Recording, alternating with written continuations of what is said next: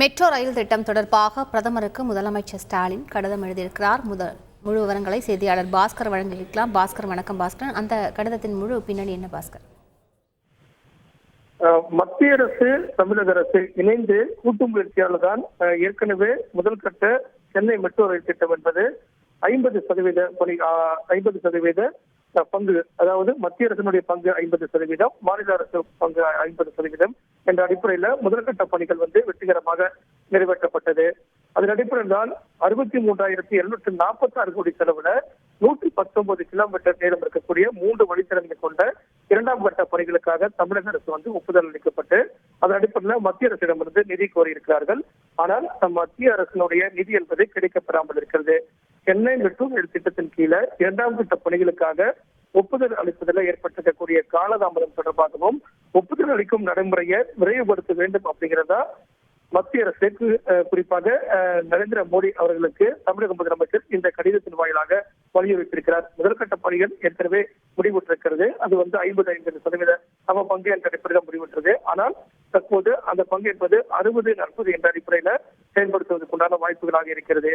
இந்த விஷயத்துல பாரத பிரதமர் அவர்கள் தனிப்பட்ட முறையில் தலையிட்டு முதற்கட்ட பணிகளை வெற்றிகரமாக நிறைவேற்றி செயல்படுத்தியது போல மீண்டும் 55% சம பங்கு என்ற விதத்துல மத்திய அரசுடைய பங்கு 50%, மாநில அரசு பங்கினுடைய 50% கூட்டு முயற்சியில இரண்டாம் கட்ட பணிகளை விரைந்து நிறைவேற்ற வேண்டும், அதுக்கு ஒப்புதல் அளிக்க வேண்டும் அப்படிங்கிறதா பாரத பிரதமர் நரேந்திர மோடிக்கு தமிழக முதலமைச்சர் எழுதியிருக்கக்கூடிய கடிதத்தின் முழு சாராம்சமாக உள்ளது.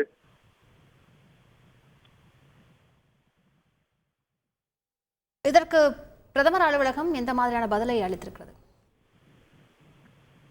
மத்திய அரசினுடைய பங்கின் அடிப்படையில தான் இந்த சென்னையில குறிப்பாக இரண்டாம் கட்ட ரயில் சேவை என்பது அதற்கான பணிகள் என்பது முடிவரும். தமிழக அரசுடைய பங்கு மட்டுமே செலுத்தி அந்த பணிகளை மேற்கொள்ளும் பட்சத்துல காலதாமதம் ஏற்படும். குறிப்பாக அதிக நிதியை செலவு செய்து அதன் அடிப்படை செயல்படுத்த வேண்டும். மத்திய அரசு விரைந்து ஒப்புதல் கொடுக்கும் பட்சத்திலையும் அதே நேரத்துல நிதி கொடுக்கும் பட்சத்துல உடனடியாக பணிகள் என்பது வேகம் எடுக்கும். ஏற்கனவே சென்னையில போக்குவரத்து நெரிசல் என்பது மெட்ரோ ரயில் திட்டத்தின் காரணமாகத்தான் இருக்கிறது அப்படிங்கிறது தான் பொதுமக்களுடைய குற்றச்சாட்டாக இருக்கிறது. பணிகளை விரைவுபடுத்தும் காலதாமதம் இல்லாமல் குறித்த நேரத்துல அந்த பணிகள் முடிவுற்று பொதுமக்களுடைய சேவைக்கு இரண்டாம் கட்ட ரயில் சேவை என்பது மக்களுக்கு கிடைக்கப்பெற வேண்டும். குறிப்பாக கிளாம்பாக்கம் பேருந்து நிலையம் கொண்டு வந்ததற்கு பிறகு அந்த இடத்து வரைக்கும் திட்டம் என்பது மெட்ரோ ரயில் சேவை என்பது நீடிக்கப்பட வேண்டும்.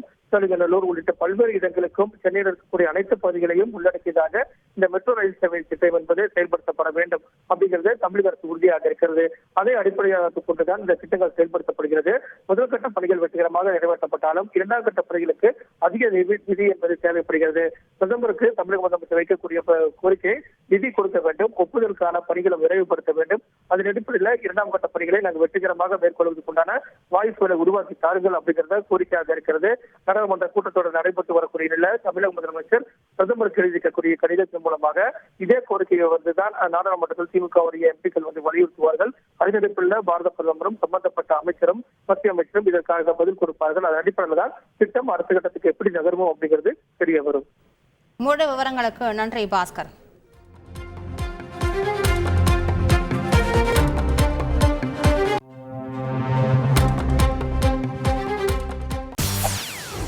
செய்திகளை உடனுக்குடன் தெரிந்து கொள்ள உடனே சப்ஸ்கிரைப் பண்ணுங்க.